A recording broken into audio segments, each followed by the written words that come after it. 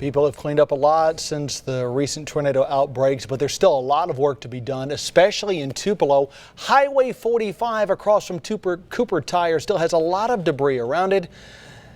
WTVA's Sammy Roebuck is live in Tupelo with an update on the cleanup effort. So Sammy, what's that next to you? That is a great question. The land manager thinks that this piece could be from the AC unit across the street from Cooper Tire, but if I step over here and I try to pick this up, I can barely move it. It is just way too heavy for one person to move. Now, debris just like this is here, but it's also all the way over there, which is about 8 acres of land. Is that frustrating that I don't have any answers? Land manager Sam Agnew says he tried to contact the city of Tupelo for help. He says there is no federal money available, but the city will pick up the trash if he brings it to the street. However, that's easier said than done. You know, quarter-mile away from the street, and there's just a lot of insulation, siding,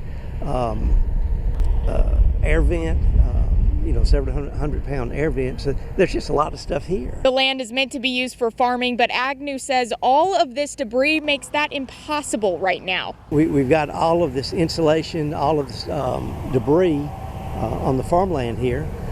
And I don't have a good answer to say let's get it off to where a crop can be planted. MDOT did start their cleanup when the tornado first came through.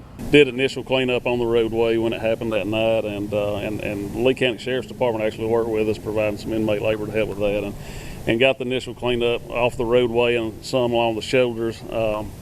There is still some debris down the slope, down toward the ditch line where the fence is on our right of way, but our plans with that is to come back and get the rest of it cleaned up. But District Maintenance Engineer Johnny Shields says the wet ground has kept them from completing their work. We've put that off for the time being because it is so wet down along the ditch line and along the fence line that we didn't want to make a bigger mess and rut the right of way up and cause more tracking of mud out in the roadway at the time. So once it dries up where we can get down in there and do the rest of the cleanup, that is our plan.